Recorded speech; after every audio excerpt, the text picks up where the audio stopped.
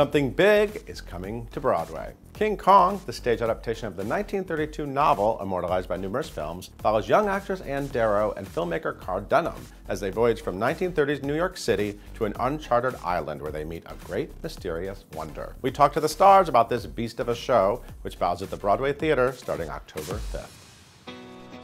The very notion of King Kong coming to Broadway, I mean, the title itself has a resonance of scale and epic adventure, and this entire process has not let me down on that so far. The scope of the thing is so grand, and Drew McConey's staging of it has successfully gotten me to a point where you're 35 minutes into the story. The puppet hasn't showed up yet, and I'm still like, this is super interesting. I almost forget that the thing's going to show up. I remember reading the script and being like, this is amazing. Impossible to stage. And then I met our incredible director and choreographer and creative team that they've assembled, and I was like, oh, this group of people could do it. And done it, they have. The creative team spoke about developing the gargantuan gorilla at the center of this spectacular story.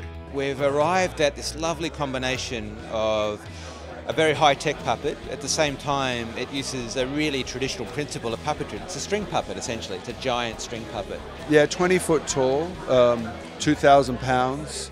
So when he's standing, yeah, he's epic.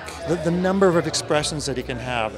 The design is incredible, and we have an ensemble of actors, puppeteers, and dancers who are bringing him to life on stage every night. He's so beautiful, and he has such a soul and such an emotional range. This really has to be seen to believe, in as much as he has this kind of aura around him, and I think it is really about his eyes. He has these incredibly powerful eyes. We kind of like suspend our disbelief and we buy into it. You know, we see Kong moving and breathing and we just accept that he is alive. Though King Kong is sure to be a feast for the eyes, it's truly the hearts of audiences that will be touched by this epic staging. I mean, you do all this dynamic stuff, and it's exciting and thrilling, but it has to appear on stage like this sentient, emotional being.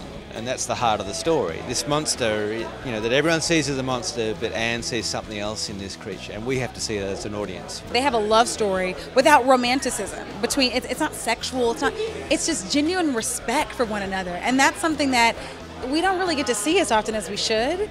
And so here you have this version where her and Kong just connect on their otherness and their diversity and their need to be free. Every decision we make is for the audience, you know, it's for the audience's experience, and I think the surprise of it is that actually it is for a whole group of people that don't yet know it's for them. It's for a very young generation as well as a more experienced theatre-going audience. You will be terrified by him, and you will fall in love with him as well.